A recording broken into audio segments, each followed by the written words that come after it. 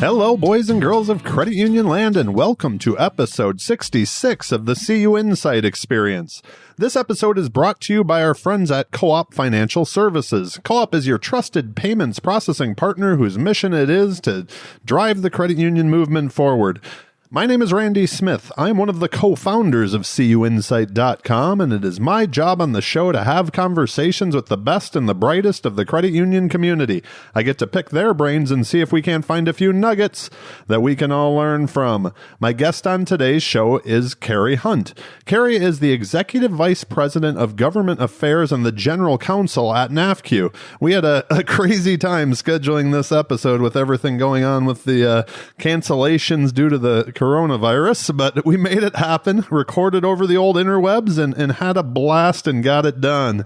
We talked about what advocacy looks like today in our nation's capital, quite honestly, with all the struggles and sometimes benefits from a Washington that doesn't seem to want to play together nice and, get a lot of things done. We talked about disruption in the financial services space and what credit unions need to do to stay relevant going forward. Carrie was awesome sharing leadership lessons that she has learned over her career. There are so many things that I know we will all take parts away from in this show. As always, we had some fun. We wrapped it up with the rapid fire questions to wrap up the whole show. So without further ado, I give you my conversation with Carrie Hunt. Enjoy. Carrie, welcome to the show.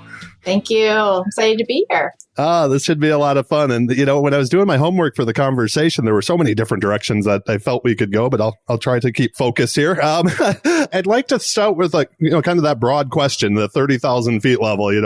You're right in the heart of it all in DC, fighting the good fight for credit unions. What are the biggest challenges that you see coming to credit unions, from an advocacy standpoint?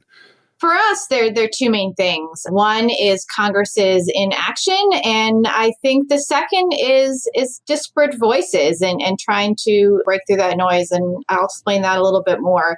Clearly we are in a time of great, fighting up on Capitol Hill. It's been difficult to get agreement on any policy issues, and things are very, very partisan right now. So anytime we are looking at issues that we want to try to see some movement on, it's been very, very difficult. Certainly credit unions have a lot of friends in Congress on both sides of the aisle. That's not the issue. It's really trying to get both sides to agree on some small measures that we can do to move forward to make things better for credit unions.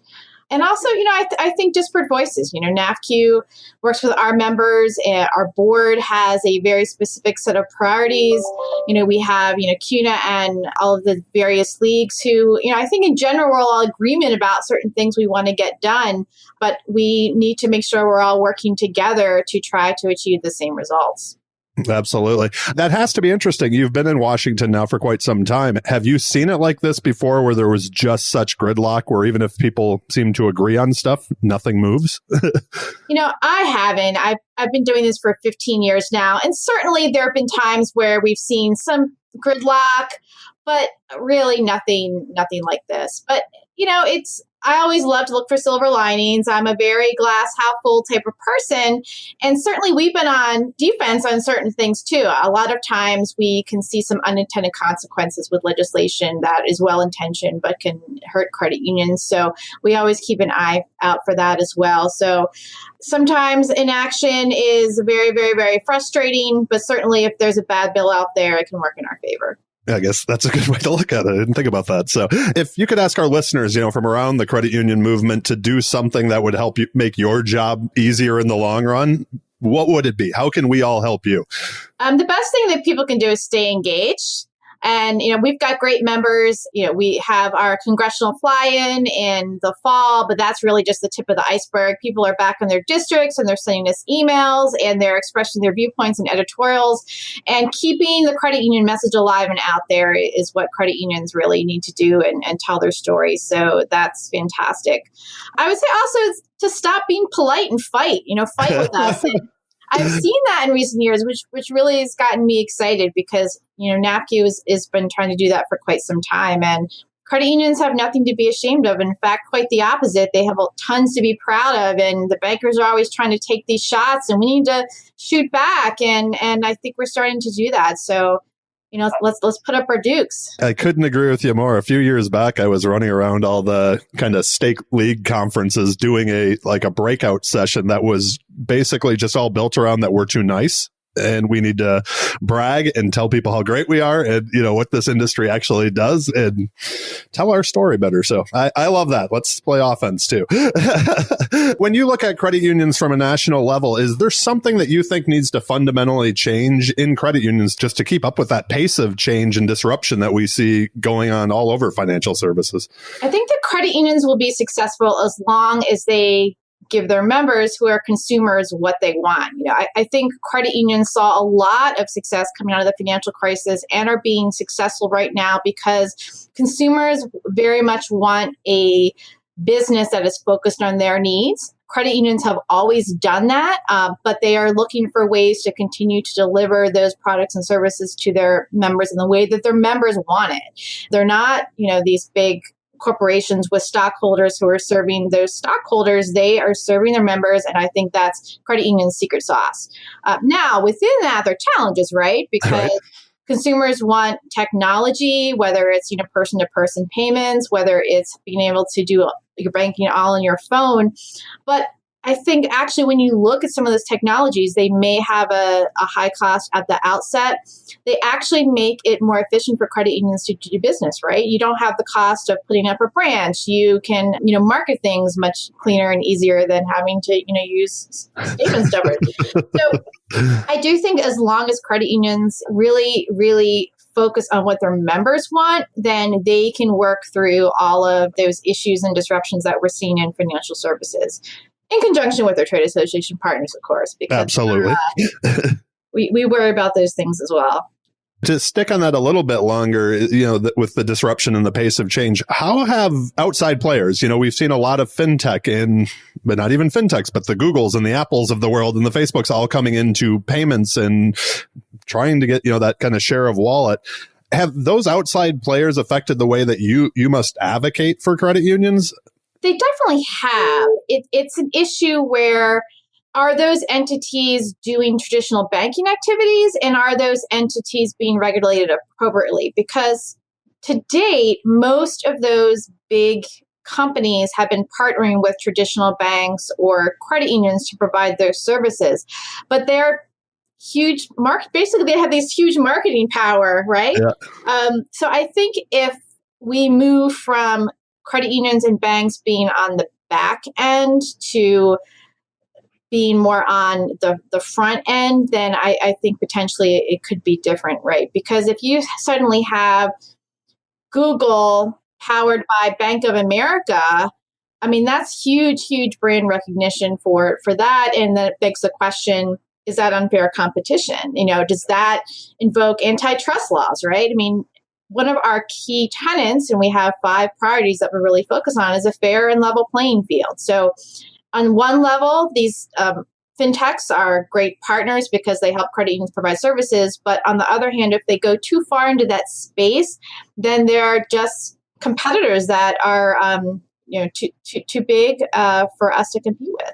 Yeah, I was just talking recently to Todd Clark from Co-op about that. The Co-op or some of the fintechs and some of these outside players coming in basically without any regulation until they're already in. For the credit unions, we're regulated the whole way through. So it's an interesting conversation, I think, to have. That's for sure. Last question in this section. If we were to sit down a year from now, what are you most proud of that you and the NAFCU advocacy team have accomplished in the year to come? If you had to break out that crystal ball for me. I think this year, more than any other year, that's hard to predict. We have a presidential election that is very, very unpredictable. We also have, a lot of other challenges that are going on right now, whether it be pandemics, whether it be, other issues. So I think it's really, really hard to predict ultimately where we're going to be successful. And in fact, although that's in some ways what I love about my job and what I love about advocacy, right? We're facing some tough challenges, but out of those challenges are there opportunities, right? Can credit unions show what they're doing well? Can we get Congress to see that all credit unions need to be add underserved areas to their fields of membership?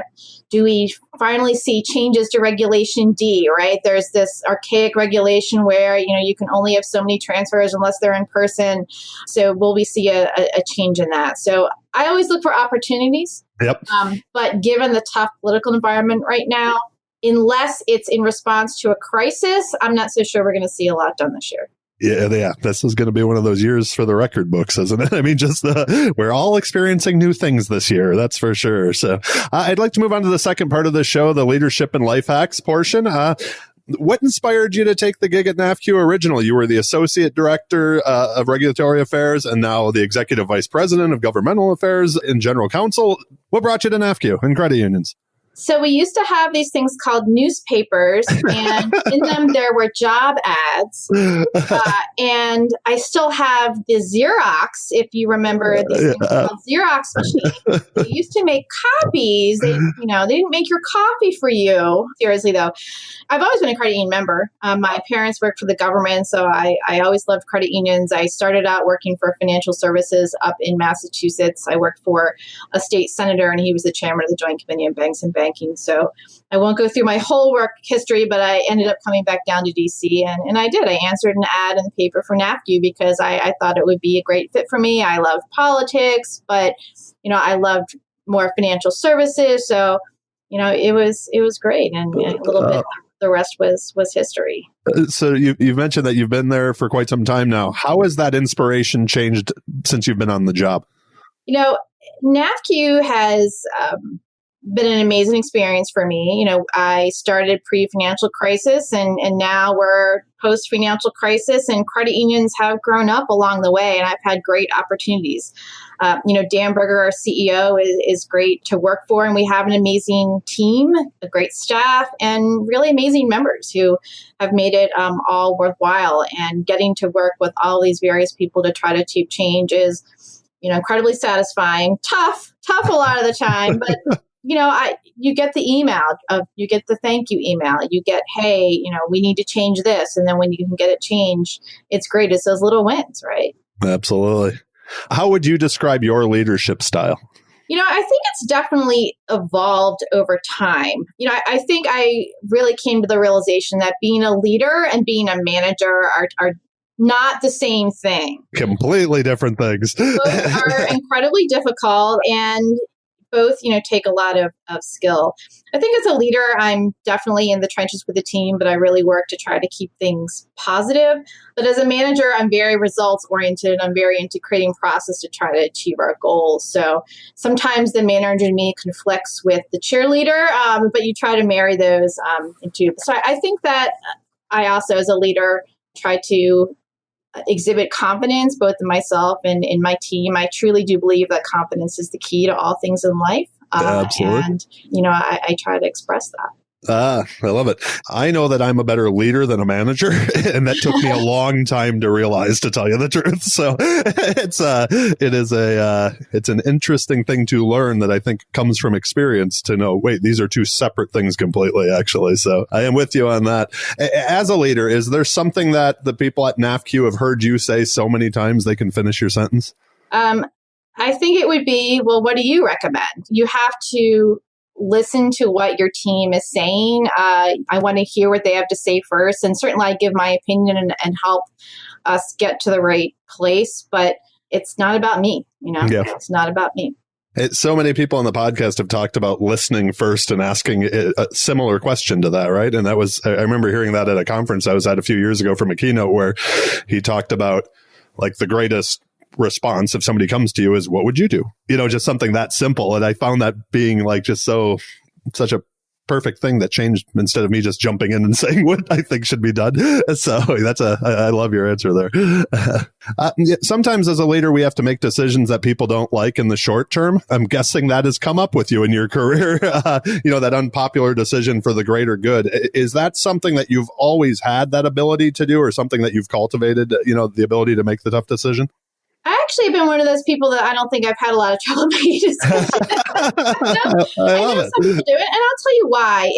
I think it also comes back to confidence, and I'm not saying overconfidence, because I think you have to be willing to admit when you're wrong, or recognize when there's something you should have done differently. But I think you make a decision based on the best facts and circumstances you have. You stick to that, and you really not deal with, but accept the consequences that flow from that, and then, go forward. So I think sometimes when people are paralyzed with indecision, it's because they are worried whether one thing will happen versus the other. And I don't look at it like that. I look at it at, there isn't a right or a wrong. It's more just different paths. So you make a decision, you go one way, and then, you're on that road and you figure it out. And if there are potholes, you fill them in or go around. That's very mindful of you. That's awesome. Is there a common myth about leadership that you'd like to debunk, I guess? I think the one thing, sometimes I feel like people think all leaders are extroverts. And I actually don't think that's the case at all. People aren't up there necessarily shouting. I think some of the best leaders are the ones, again, who listen, who have this, quiet confidence, who are, you may not know they're there, but you know when they're not. And so that's what I would say, that for all those introverts out there, that doesn't mean you can't be a great leader. Wait, so I have to ask, introvert, extrovert? It's funny. I would still say introvert, because okay. I like, I recharge, I think, more by myself than with other people. But certainly, I think in my youth, I certainly was very shy, and I certainly am not shy anymore. I've long overcome that. But I do think I definitely get more energy from, the silence as opposed to the noise. You join a long line of podcast guests. I seem to attract them because I am one also. So it always shocks people like that know me from conferences and stuff. But when I have to be on, I am as off for just as long, if not longer, to recharge. So when you think back to an earlier point in your career, is there a mistake that you made or one that you just see young leaders make often? I think I could go back to listening, not listening enough. But I think in general, when we're young, we're just so focused on ourselves and not focused on other people. And that's not necessarily a bad thing, but I do think one of the benefits of experience is that, you do learn continuously more about yourself, how you relate to other people, and really learn to put yourself in the shoes of other people. And I do think that takes a long time to learn. So I think that's hard to do when you're younger. Empathy is a beautiful thing. Has there been a piece of advice or a life lesson that you received that you find yourself going back to over and over throughout your career? Yeah. The number one thing is to have fun. My grandmother was always telling me, have fun, tell a joke, smile, life is short, have fun. And I find humor in the ridiculous. I think you have to take a lighthearted approach to life. There are very few things that can't be overcome, even if they go wrong. Some people can make some missteps. None of us are infallible, but tell a joke. Have fun. Wait, do you have a joke? A go-to joke? That's the worst interview question ever. I had to ask. Geez, come on. Tell me a joke. One of the things that I'll keep moving on. I won't put you on the spot there. So one of the things that I noticed in the first season was how important mentors were to a lot of people's lives. Did you have mentors, or do you have mentors that have helped you throughout your career? And I guess if so, how did they help?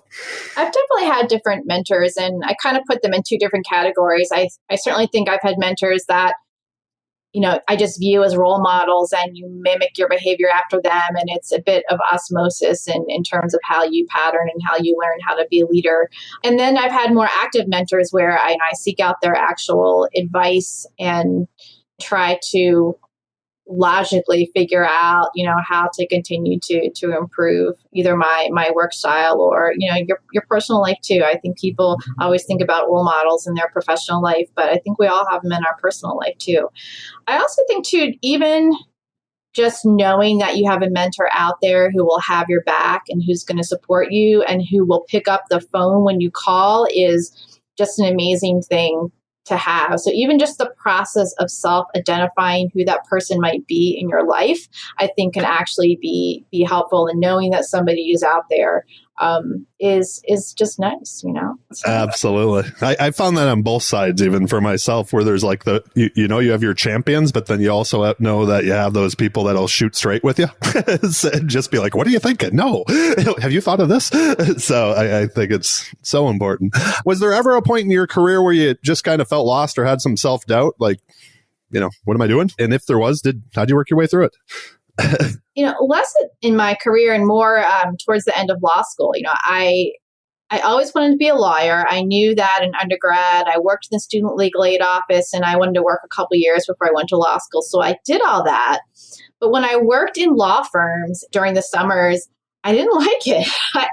It wasn't that I didn't like the law in general, but I didn't love some of the litigation aspects. And so for me, it was towards the end of my law school career, really trying to figure out what type of lawyer I wanted to be. Yeah, like, what am I going to do with this? In between undergrad and law school, I worked for the Congressional Research Service, and, they deal with Congress. And so for me, it was a bit of soul searching, and I just really, I always had wanted to be on Capitol Hill, never had, and really just loved that. And I decided to take a risk and just follow my heart, and it worked out. Oh, that's awesome. That's thanks for sharing that. I appreciate that. Yeah. What does the typical workday look like for you? This is a question I added this year, but I was really looking forward to asking you, because you are there, and I'm sure your typical days look very different. But what does a typical day look like for you, and what's that perfect workday, if you could find that unicorn? I read so much over the course of the day. It is staying on top of things, current events, what's going on. It's reviewing, maybe things in my general counsel role, whether it's reviewing contracts. It is, talking about policy. It is actually, doing certain research. So I definitely do a lot of reading and a lot of talking. But it's really hard for me to say what one typical day is, because it really depends on what's going on. In short, I have a lot of discussions in meetings with our team, and I've got 21 people that either report directly to me or one step below. And I like to think of our 5 divisions as kind of Olympic rings. We all work together to perform our advocacy. So it's a little bit part conductor, part drill sergeant, part actually not really. No. So I try to avoid yelling at people. But within that, we certainly have things deadlines and things we accomplish, right? We write comment letters. We have hearings up on Capitol Hill. So a lot of our workflow is dependent on actually what's going on out in the world at large. What's the perfect workday? The perfect work day is when I just end up dog tired with a smile on my face. That's awesome. You go home and you're just drained, but it's a happy kind of draining, right? Yep. And that's fantastic. Or when, the day is just, you blink and it's gone. It's already gone. I love that answer. Inside or outside of credit unions in your career, is there a moment of accomplishment that you had where you look back on it and you just kind of smile? Go, yep, crush that. I'm going to have to say a bit of the moment where credit unions are right now. When Dan became CEO, I really worked to try to put a little bit of structure in terms of how we approach advocacy. And in conjunction with our board and the team, we have these 5 priorities in terms of how we approach our advocacy. And I really do feel being able to articulate that has been helpful in getting our message across on Capitol Hill. Our number one tenet is to allow credit unions to grow. And I've seen the change. I've seen how credit unions have grown and thrived coming out of the financial crisis. I see that consumers think about credit unions. I see that, for the first time, we have a little bit more market share. So when you actually can see those tangible things, having worked at this for 15 years, I'm happy about it. Credit unions are great. I'm glad we're doing well. That's awesome. You can see your face light up when you were talking about that. Before we move on to the last part of the show, if you have a free day, nothing on the calendar, what passions do you have outside of credit unions? What does Carrie do to recharge? And what does that work-life integration look like to you? So typically, I do love spending time with my family. I think that I just like being outside. I have several different porches in my house, and in the springtime, starting there, you can pretty much find me outside, not inside. But I would say my kind of personal hobby is probably cooking. I have this big French stove, and it's Tiffany blue in color. And it is typically French in that it likes to go on strike on occasion. But it's definitely a time where I can, just kind of, be a little scientific, right? Because cooking is a little bit of experimentation. But you get to enjoy the results too. Do you have a favorite dish that you like to cook, or if you have the time, right? Like, what's the go-to? I would say I cook a lot of fish. I grew up in Annapolis, Maryland, so I'm a seafood girl. I okay. do that. But certainly in the wintertime, anything that's in one pot. It's hard with kids because what I really like to cook, they aren't necessarily eating, and I'm not interested in fixing 10 different meals for 10. We do the same in our house. It's like, where's the flavor? So to move on, I appreciate you taking the time today. So I want to be respectful of your time, and I'd like to move on to the last part of the show. It's the rapid fire questions. The questions are rapid. Your answers don't have to be. What were you like in high school? And do you remember the first time you got into memorable trouble? Yeah. So I was definitely on the nerd side of things. I was, again, shy, no confidence. My sister was only 17 months older than I was, and she was the valedictorian of her class. So everyone knew her, and those were tough shoes to fill. And I was a good kid. I didn't do anything bad, but the first kind of traumatizing experience I remember is when my parents actually were taking my sister away to college, and it was the first time they left me completely alone, right? Okay. So we were going to be gone a couple of days, and I was alone by myself. And no, I didn't throw a party. That wasn't the focus. So my parents squeezed 3 cars into their 2-car garage by parking my mother's brand new Mazda Miata and my old convertible Rabbit right like inches apart from each other in the garage. And of course, that old Rabbit was a stick. So I had to inch it into the garage. I thought I was in enough and forgot the car was in gear and lurched into the Miata. And the Miata lurched into the wall of the garage. And of course, I was panicked. Absolutely. I got out. There was some minor damage. But then I just, hit the garage door and it started coming down, and it caught on the trailer hitch of my Rabbit and started jacking the car up in the air on the garage door. So I hit it again, and it went down, and it went up, and then it went down. And I was in tears because I had wrecked my mother's new car. My car was stuck on our garage going up and down. Finally extricated myself. I thought my father was going to kill me. And I'm sure he had quite a few choice words driving home from Princeton, New Jersey. But I think they took one look at me and figured out that I had punished myself enough for that. I'm sure there was some secret laughter going on behind the scenes too. I'm sure but I definitely learned that, things are not always as bad as they seem. There's so much of that story. That's fantastic.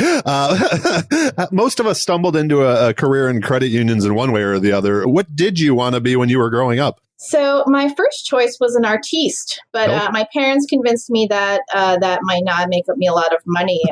So in high school, I decided I wanted to be a lawyer. So what was your media of choice to be an artiste? Mostly painting, but kind of design as well. My mom's cousin actually is a Tony Award-winning and Academy Award-winning costume designer. So there was always a lot of sort of art around the family. But alas, I was not that talented. So, do you still paint? I do. Oh, that's awesome. Do you have any daily routines that if you don't do, your day just feels off? So I always have coffee. I always make coffee in the morning. But I also I always check people online to see if anyone famous is dead. Every morning. Wow. Just checking to see, make sure if anyone famous died. I've got nothing for that. The random question: what's the best album of all time? That one you can listen to without skipping a song. This one was tough. So, because I like all sorts of different types of music. So, I decided on Andy Campbell's mixtape from 1991. It's a little unfamiliar maybe to some of our listeners out there, but it was a compilation of some of the best classic rock of all time. So if I had to pick a genre, I would say rock, definitely. But yeah. The mixtape from 1991 is amazing. You got me on this like high school. I understand completely. I think that's where most of our best albums come from, is probably that time in high school. So the mixtape, I remember making those. I'm a reader. Jill and I have a stack of books in our house that many of them have been recommended to us that we're trying to make our way through. Do you have a book that you've either gifted others or you just think everybody should read? One of my favorites that I've frequently gifted is The Sun Also Rises by Ernest Hemingway. And fantastic book. One of the takeaways in that book is what it means to be an aficionado, right? And that it's about being passionate about something. And if you haven't read the book, in that context, it's about bullfighting. But for me, I've just learned, I just think passion can go a long way, right? It leads to happiness. If you feel passionate about something, you're successful. And I see that in credit unions. And I think at NAFCU, we've collected a group of people that are, aficionados about credit unions. And I've always liked that about that book. Well, that's fantastic. I'm a fan. So as you've gotten older, what's become more important to you? And my favorite part of this question, what's become less important? Kind of following on what I said earlier, I think other people become more important. In my 20s, I think I was just really, really self-centered. I think you learn not just to love other people, but to respect people's differences and acknowledge just how beautiful that is, that we all are different but yet can still work together. So it's a recognition that of just the other people on the planet, really. And, I would say too, I think when we're young, we have a certain view of success. And I think my view of success has changed. It's not necessarily about recognition. It's more about, I think, achieving goals. And sometimes some of the things that we achieve, we'll never get recognition for. And those are the things that we can be the most proud of. You just teed up my next question, and it's one that I didn't send you. When you hear the word success, who's the first person that comes to mind and why? Oh, it's a tough one. First person who sees success. I'm going to say my parents, and I think that they did a great job as parents. I think that it's something as a parent I admire because my parents they had this parenting style where they never said no to anything. They just only presented one course of action. And I have not gotten as good at it as they did. So, they were. Right? It was never, you have to get straight A's. It was, success is getting straight A's because straight A's will lead, to bigger and better things. They didn't tell me to be kind. They just, were kind. And it's later in life, when your parents, not as your parents, but as people, some humans. Of the things that they did a great job at keeping hidden came to light. And that's always kind of fun and interesting too. But I think just presenting the positive and is something that they did a great job. And so I'll say I think of my parents as being very successful parents. Well, the number one answer this far into the show was mom. And number two is parents. So. Well, I snuck it in there at the end. Yeah, that's fantastic. Thank you again, Carrie, for being on the show and sharing your story. I greatly appreciate it. I know it was a kind of a crazy busy day. My last question for you, do you have any final asks of our listeners today or any final thoughts you'd like to share? Yeah, I think just, again, in life, be confident, be kind, be generous, be ethical. But, you got to fight too. And when it's a matter of life and death, you got to sweep the leg. So we have to be close to the same age. Just your reference points. I'm just like, this is, sweep the leg. That is awesome. We'll link to everything we talked about today in the show notes. What is the best way for people to reach you if they have additional questions? LinkedIn, Twitter machine, email? What's your poison, I guess? Sure. I'll say for this venue, probably email since I, on my phone all the time. So CUInsight at NAFCU.org is definitely best way. I do have a Twitter handle, but I'm more on NAFCU's Twitter than my own personal one. So, but they can search for me. I'm out there too. That's what tell everybody to follow you and NAFCU on the Twitter machine. So thank you again, Carrie. I hope you have an amazing day. Awesome. Thank you so much. Before we go, I would like to send out a huge thank you to you for listening. I wouldn't be able to have this much fun having these conversations and doing what I do if it wasn't for all of you tuning in. And once again, I'd like to thank Carrie for taking time out of her busy schedule and during a very hectic week to be on the show. And finally, a big thank you to Co-op Financial Services. We are so grateful they took a shot with us to be our first quarterly sponsor of the podcast. So make sure to click on their links in the show notes, show them some love, and see everything they have going on to help drive the movement forward. One last thing is I have an ask of you. We are on all the major podcast players out there: Apple, Spotify, Stitcher, iHeartRadio, and on and on and on. We would greatly appreciate it if you would subscribe and leave us a 5-star rating and maybe even a review on the old Apple podcast machine. It's the biggest out there. It helps with the visibility of the show and spreading this credit union love. If you don't think we're worth the 5 stars, forget that I even asked. Just you can reach out to me directly and let me know where we can improve. And also, do not forget about the CUInsight Experience podcast book list. You can get your next book delivered right to your door from Amazon with the recommendations from the thought leaders that have been on the show, including the one that Carrie mentioned in this episode. So add that to your stack and enjoy the reads. Thank you all again for listening, and I hope you have an amazing day.